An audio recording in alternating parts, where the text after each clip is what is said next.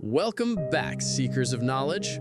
Today, we're diving into the fascinating world of alchemy, the ancient art that blends science, philosophy, and a touch of magic.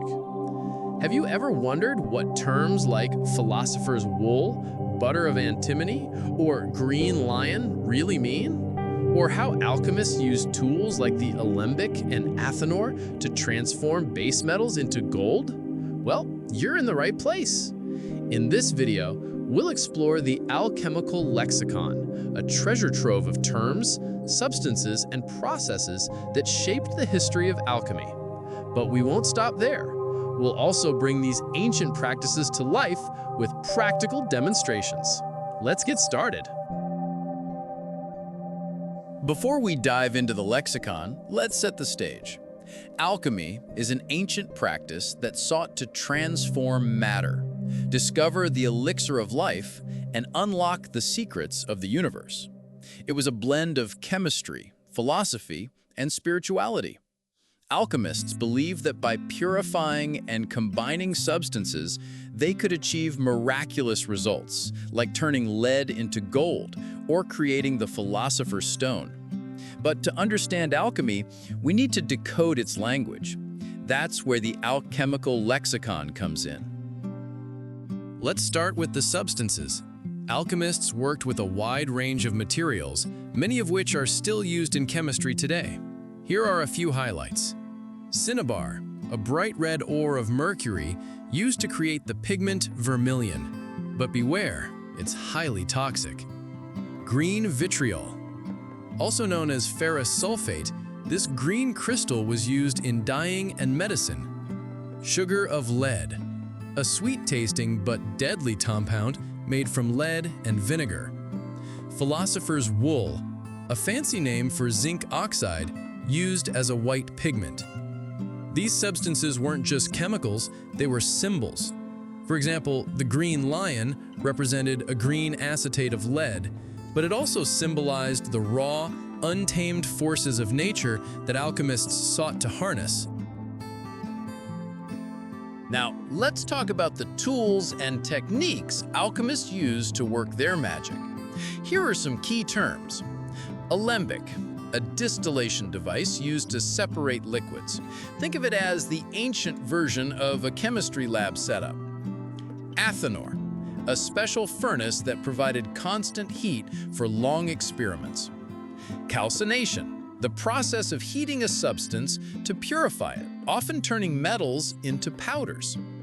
Sublimation, a method of purifying solids by turning them directly into vapor and then back into crystals. These processes weren't just about transforming matter, they were also seen as spiritual metaphors. For example, distillation was thought to purify not just liquids, but the soul itself. Now that we've covered the theory, let's bring alchemy to life with some practical demonstrations. We'll recreate a few key processes described in the alchemical lexicon. Don't try these at home. Many of these involve hazardous materials, so we're taking all the necessary safety precautions. First up, distillation. This is how alchemists purified liquids. We'll use water and ethanol to demonstrate. Watch as the vapor rises, condenses, and drips into the receiver flask. This is how alchemists extracted the essence of a substance. Next, calcination. We're heating zinc to create zinc oxide, also known as philosopher's wool. See how the metal transforms into a white powder? This process was used to purify metals and create pigments. Now, let's try sublimation. We're heating iodine crystals, which turn directly into vapor and then reform as crystals on the cooler parts of the container. This was a key method for purifying solids. Finally, precipitation. We're mixing two solutions to create a bright yellow solid, lead iodide. This process was used to separate and purify compounds. That's a really insightful way to describe it. Alchemy wasn't just about physical transformations, but also about spiritual growth and understanding. It's a fascinating blend of science, philosophy, and mysticism. Alchemy wasn't just about chemicals. It was full of symbolism. Terms like the red dragon, eagle, and lion weren't just names for substances. They represented stages of transformation or philosophical concepts. For example, the dragon often symbolized the raw, chaotic matter that needed to be tamed. The eagle represented the process of sublimation, where substances rise and purify. The lion stood for the fixed, stable form of a substance after transformation. These symbols were part of a secret language that only initiated alchemists could fully understand.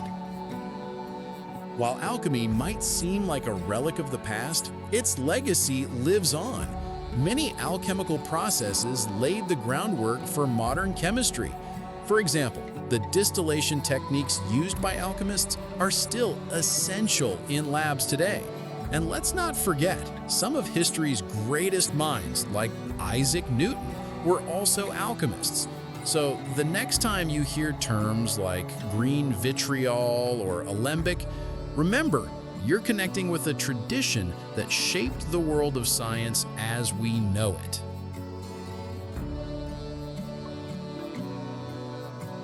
And that's our journey through the alchemical lexicon, from theory to practice.